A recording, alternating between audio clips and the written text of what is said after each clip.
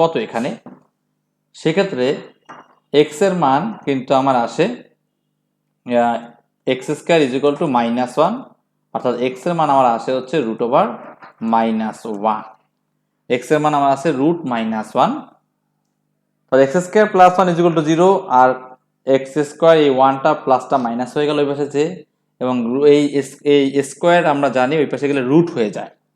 কিন্তু রুট হলে এই মানটা তোমরা ক্লাস 9-10 অর্থাৎ এসএসসি পর্যন্ত তোমরা শিখেছো যে রুটের ভিতর মাইনাস হলেই তোমরা লিখতা যা গ্রহণযোগ্য নয়। কি লিখতে? যা গ্রহণযোগ্য নয় লিখতে। কিন্তু এখন কিন্তু এই মান গ্রহণযোগ্য বা এর মান আছে, অর্থাৎ এই যে নাম্বার রুটের ভিতরে -1, একে এখন বলা হয় জটিল সংখ্যা বা ইমাজিনারি নাম্বার। জটিল সংখ্যা বা ইমাজিনারি নাম্বার, এটা হচ্ছে তোমার x সমান √/-1, এবং এর ব্যবহার যদি না হতো বা এর সৃষ্টি যদি না হতো তাহলে তুমি যে মোবাইলে কথা বলতে পারতা না। এই যে আমি অনলাইনে ক্লাস নিচ্ছি, তোমরা সবাই দেখছো, যে যার বাসায় বসে দেখছো, সেটা কিন্তু তোমরা দেখতে পারতে না। এবং একটু কল্পনা করে দেখো বা একটু ভেবে দেখো, তোমরা মোটর কখনো করেছো কিনা, মোটর কখনো ভাঙছো কিনা, যে মোটর বা ফ্যানের যে মোটর থাকে, সেই মোটরের ঠিক ভিতরে তোমার হচ্ছে যে এই চুম্বকের অংশ থাকে, আর চুম্বকের অংশের ভিতরে আবার একটা এই পার্ট থাকে যে পার্টে তোমার তামায় জড়ানোই থাকে। এই যে কারিকুলাম বা এই যে সিস্টেমটা, এই সিস্টেমটা কিন্তু জটিল সংখ্যা থেকে আসছে। আর জটিল সংখ্যা না আবিষ্কার হলে এটা কিন্তু আবিষ্কার করা যেত না। বিশেষ করে যে পদ্মা সেতু বা বিভিন্ন বড় বড় প্রকল্প, এগুলো হওয়ার আগেই কিন্তু একটা তোমার হচ্ছে ম্যাপ চলে আসে যে পদ্মা সেতুটা কোথা থেকে যাবে, বা তোমার হচ্ছে বিভিন্ন রোড বা বিভিন্ন হওয়ার জন্য যে ম্যাপটা নিয়ে আসে, এগুলো কিন্তু সব কিন্তু ম্যাথমেটিক্যাল টার্ম। বিশেষ করে যারা বুয়েটে পড়বে বা ইঞ্জিনিয়ারিং ইনস্টিটিউশনে যারা পড়বে, তারাই এই কমপ্লেক্স নাম্বারের অনেক ব্যবহার পাবে। বিশেষ করে মেরিন ইঞ্জিনিয়ারিং যারা পড়বে তাদের ক্ষেত্রে এর ব্যবহার প্রচুর, কমপ্লেক্স নাম্বারের ব্যবহার প্রচুর। যারা মেরিন ইঞ্জিনিয়ারিং নিয়ে বুয়েটে চান্স পাবে সামনে, দেখবে যে প্রচুর পরিমাণে কমপ্লেক্স নাম্বারের ব্যবহার, এবং কমপ্লেক্স নাম্বারের উপরে ওখানে বই আছে। যেমন এখানে তোমরা একটা চ্যাপ্টার পাচ্ছ, ওখানে এর উপরে 2-3টে বই আছে। যেমন 2-3টে বই এর উপরে পড়ে তোমার শেষ করতে হবে কমপ্লেক্স নাম্বারের উপরে। যাই হোক, আমি আর ডিটেলস দিতে চাচ্ছি না, আমি অঙ্কতে চলে যাচ্ছি। যে কমপ্লেক্স নাম্বার ব্যবহার কি, এটা না জানলে তোমাদের আবার মাথায় করতো যে কেন আমি শিখবো কমপ্লেক্স নাম্বার। তো শেখার জন্য কথা বললাম, এখন কমপ্লেক্স নাম্বার কি কি অঙ্ক আছে সেটা একটু আমরা দেখি।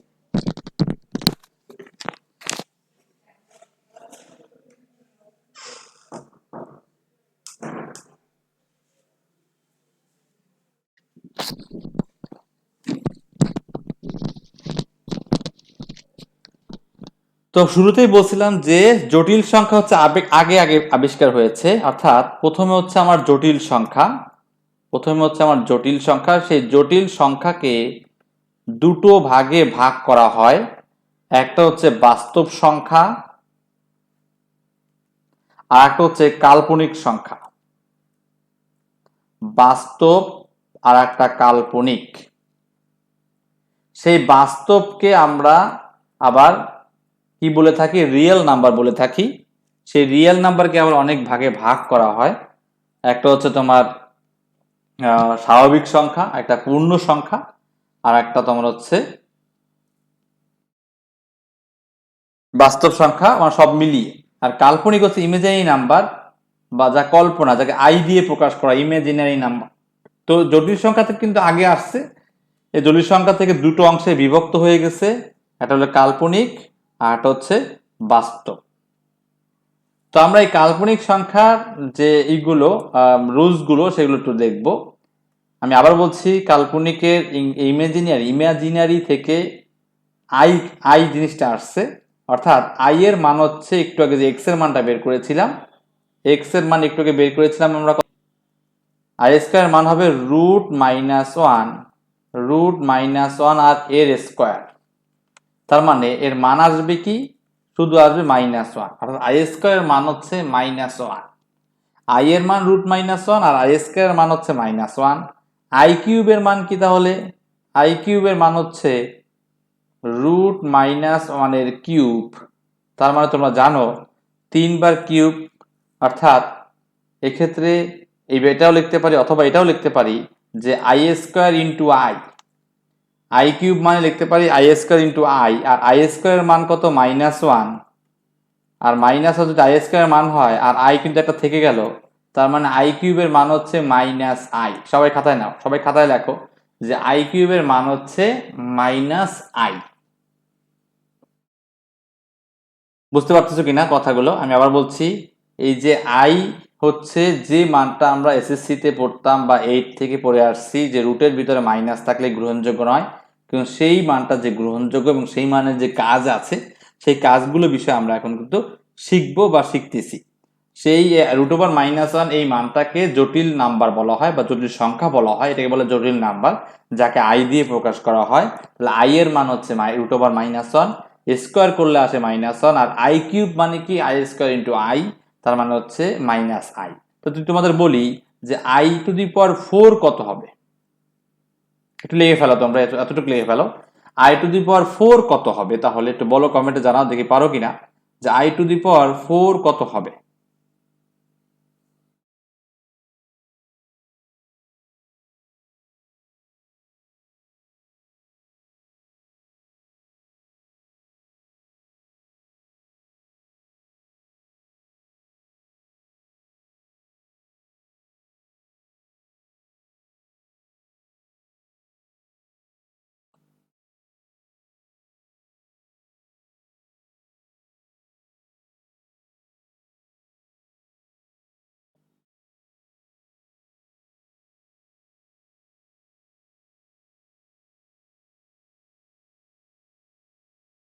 i⁴ স্যার 1 হবে, হ্যাঁ গুড, 1 হবে। কারণ হচ্ছে যে আই স্কোয়ারের হোল স্কোয়ার, i⁴ হচ্ছে আই স্কোয়ার হোল স্কোয়ার, তার মানে হচ্ছে -1 এর হোল স্কোয়ার, এর হচ্ছে মান হচ্ছে 1।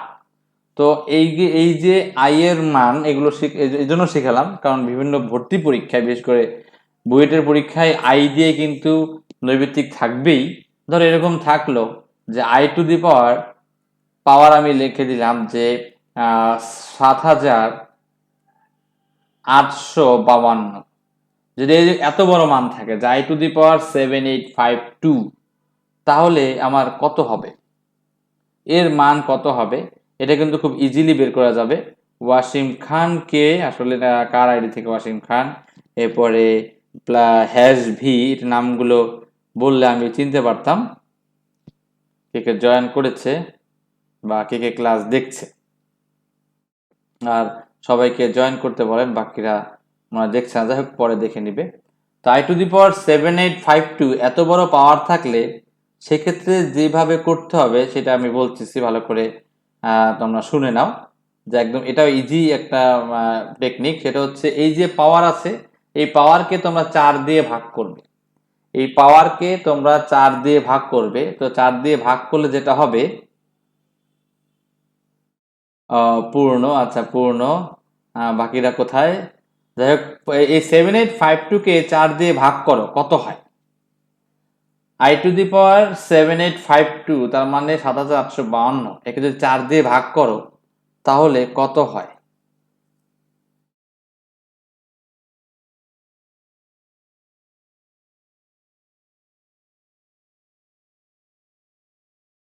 একে 4 দিয়ে ভাগ করলে কিন্তু ১৯৬৩ হয়, তার মানে এটা কিন্তু কোনো ভাগশেষ থাকে না। অর্থাৎ এটাকে আমরা লিখতে পারি i⁴ এর whole to the power, i⁴ এর হোল টু দি পাওয়ার আমরা লিখতে পারি এভাবে 1963, i⁴ হোল টু দি পাওয়ার 1963।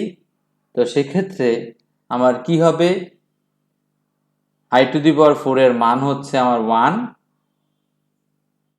আর 1963 আর 1 এর পাওয়ার যাই হোক না কেন, i⁴ এর মান তো আমরা 1 পেয়ে গেলাম, আর 1 এর পাওয়ার যাই হবে না কেন সে কিন্তু 1ই হবে। তার মানে i এর পাওয়ার যাই হোক না কেন আমরা 4 দিয়ে ভাগ করব, তারপরে এইভাবে করতে পারবো। i এর পাওয়ার যাই হোক না কেন আমরা 4 দিয়ে ভাগ করব, তারপর এইভাবে আমরা করতে পারবো, ঠিক আছে? অর্থাৎ 1 এর পাওয়ার 1963 মানে হচ্ছে 1।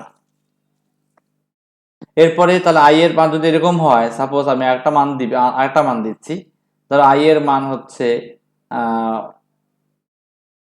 1285 সাপোজ আই এর মান হচ্ছে 1285, আই টু দি পাওয়ার 1285 পাওয়ার আর কি।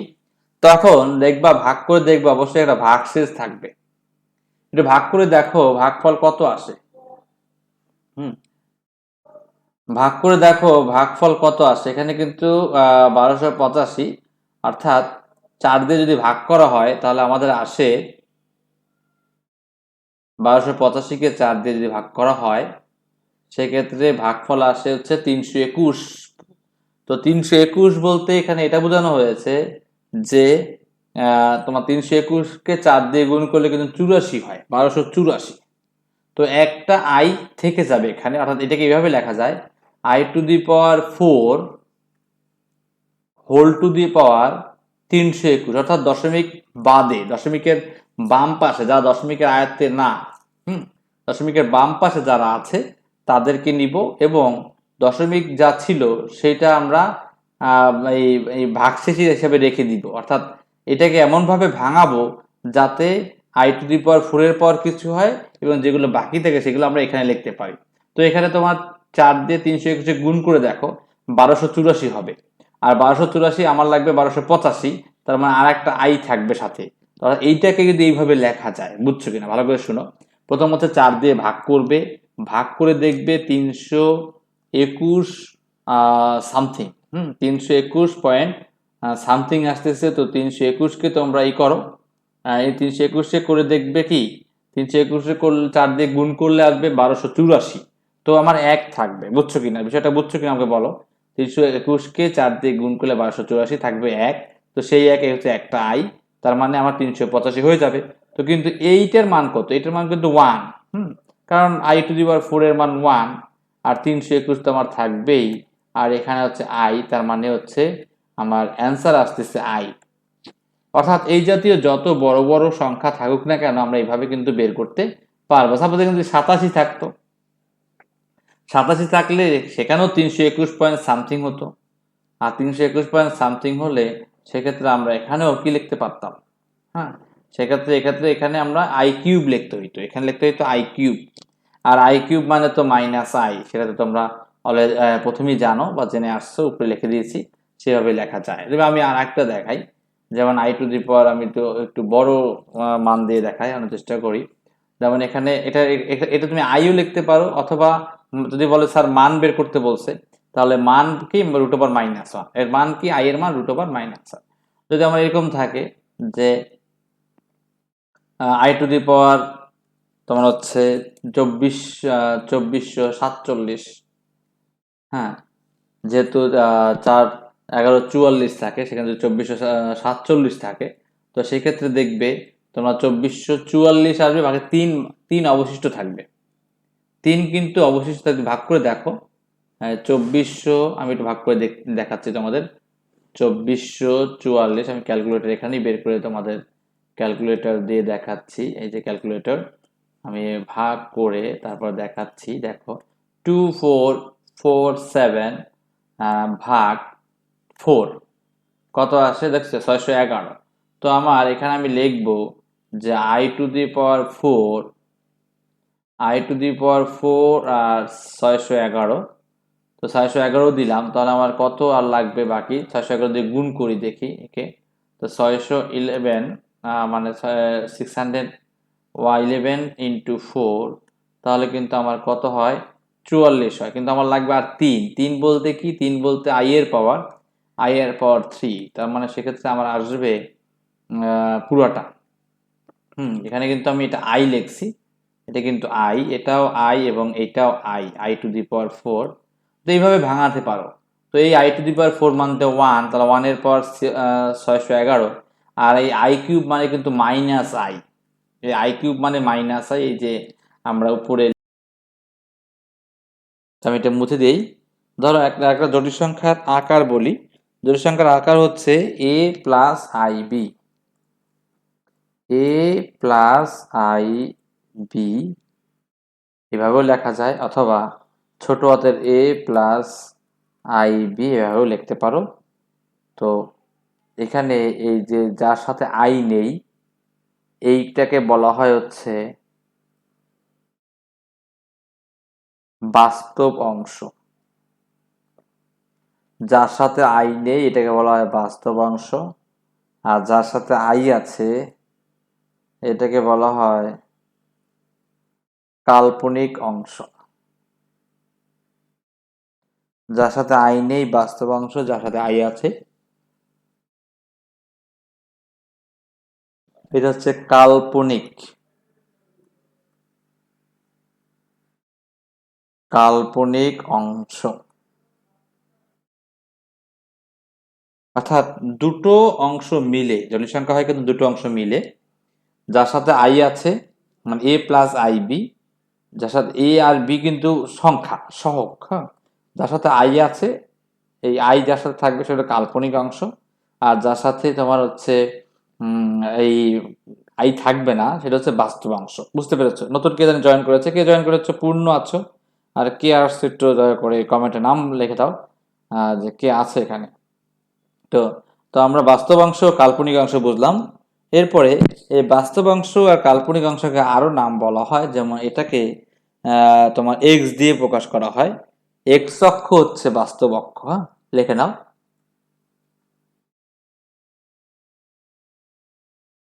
এক্স অক্ষ, বাস্তব অক্ষ হচ্ছে এক্স অক্ষ, আর কাল্পনিক অক্ষ হচ্ছে ওয়াই অক্ষ। ওয়াই অক্ষকে কাল্পনিক অক্ষ বলা হয়, ওয়াই কে কাল্পনিক আর এক্স কে বাস্তব অক্ষ বা এই আর ওয়াই কে কাল্পনিক অক্ষ বা অবাস্তব অক্ষ বলা হয়। একে অবাস্তব বা ওয়াই অক্ষকে অবাস্তব অক্ষ বলা হয়, অবাস্তব অক্ষ, আর একে বলা হয় বাস্তব অক্ষ। এগুলো একটু লিখে নাও, বাস্তব অক্ষ, অবাস্তব অক্ষ। এখন একটা সংখ্যাকে যদি তোমাকে বলে এর আর্গন চিত্র বা জটিল সংখ্যাগুলো আর্গন চিত্রে জটিল সংখ্যাগুলো স্থাপন করো, তাহলে সেটা তুমি কিভাবে করবে? ধরো আমি একটা জটিল সংখ্যা লিখি, -5 + 6i, -5 + 6i একটা জটিল সংখ্যা, -5 + 6i। এর আগে আমরা আই এর মানগুলো নিয়ে নৈবেদ্যিক কিভাবে আসে সেটা শিখলাম। এখন আমরা এটাকে কিভাবে এইতে মানে গ্রাফে বসাবো সেটা শিখবো। তো আর -5 + 6i একে আমরা লিখতে পারি যে এখানে এক্স অক্ষ বরাবর হচ্ছে, এটা হলো এক্স, এক্স অক্ষ বরাবর হচ্ছে -5 আর ওয়াই অক্ষ বরাবর কিন্তু 6, ওয়াই অক্ষ বরাবর 6, অর্থাৎ একে আমরা কার সাথে তুলনা করব? এক্স প্লাস আই ওয়াই এর সাথে তুলনা করব। যদি এক্স প্লাস আই ওয়াই, তাহলে লিখবো ধরি, এটা এভাবে করলে সবচেয়ে বেটার হবে, যে ধরি, একটু উপরে উঠাই নেই, একটু জায়গা করে নেই, কিভাবে অঙ্কটা করবে। ধরি জেড সমান, জটিল সংখ্যাকে জেড দিয়ে প্রকাশ করা হয়, তো জেড সমান x plus i y is equal to -5 + 6i। সুতরাং এক্স কি? এক্স হচ্ছে আমার -5 এবং ওয়াই হচ্ছে 6। এই যে কাজটা আমরা করলাম, এই কাজটাকে বলে সমীকৃত করা। কি সমীকৃত? বাস্তব ও কাল্পনিক, বাস্তব ও কাল্পনিক অংশ সমীকৃত করেছে, ঠিক আছে? অর্থাৎ দুইটা জটিল সংখ্যা যদি সমান হয় তাহলে এর বাস্তব অংশ সমান বাস্তব অংশ এবং কাল্পনিক অংশ সমান কাল্পনিক অংশ, ঠিক আছে? তাহলে লিখবো ওই যে আগের লেখা ছক কাগজে বাস্তব অক্ষ এক্স এক্স প্রাইম এবং কাল্পনিক অক্ষ ওয়াই ওয়াই প্রাইম চিহ্নিত করি। এভাবে লিখতে পারি যে ছক কাগজে বাস্তব অক্ষ, বাস্তব অক্ষ এক্স ও এক্স প্রাইম এবং কাল্পনিক অক্ষ, কাল্পনিক অক্ষ হচ্ছে ওয়াই ও ওয়াই প্রাইম। বাস্তব অক্ষ এক্স এক্স প্রাইম, কাল্পনিক অক্ষ ওয়াই ওয়াই প্রাইম, কাল্পনিক অক্ষ ওয়াই ও ওয়াই প্রাইম আর বাস্তব অক্ষ এক্স এক্স প্রাইম। এরপরে লিখবো যে ও তাদের মূল বিন্দু, ও তাদের মূল বিন্দু। এরপরে যে বাস্তব অক্ষ বরাবর প্রতি দুই বাহুকে দুই ঘরকে এক একক, আর কাল্পনিক অক্ষ বরাবর প্রতি দুই ঘরকে এক একক ধরে আমরা -5 ও 6 বিন্দু বসিয়ে প্রাপ্ত সংখ্যার বিন্দুটি চিহ্নিত করি। এবার আমরা লিখে দিতে পারি যে বাস্তব অক্ষ মূল বিন্দু, বাস্তব অক্ষ বাস্তব বা উভয় অক্ষ বরাবর, ডাইরেক্ট লিখে দিচ্ছি আমি, উভয় অক্ষ বরাবর, এটা লেখা আরো শর্টকাট হবে।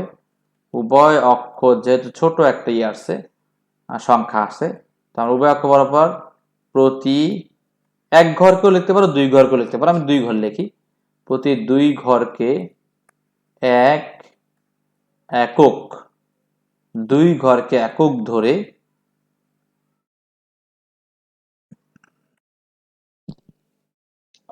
প্রতি দুই ঘরকে একক ধরে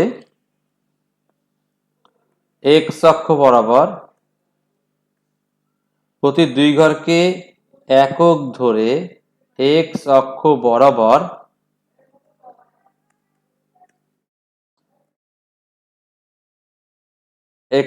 দুই ঘরকে একক ধরে এক্স অক্ষ বরাবর 10 ঘর, আর যদি 5 দুগুণে 10, এক্স অক্ষ বরাবর 10 ঘর এবং ওয়াই অক্ষ বরাবর 12 ঘর। ওয়াই অক্ষ -10 ঘর আর ওয়াই অক্ষ বরাবর 12 ঘর। হ্যাঁ, 12 ঘর গিয়ে প্রাপ্ত বিন্দুটি চিহ্নিত করি। নেক্সট ক্লাস কোন চ্যাপ্টার হবে, আমরা এই যে প্রি টেস্টের যে চ্যাপ্টারগুলো আছে সেটা নিয়েই করব। কণিক তো আমরা করা শুরু করেছি, কণিক চ্যাপ্টার না হলে বহুপদীও করতে পারি আমরা। প্রাপ্ত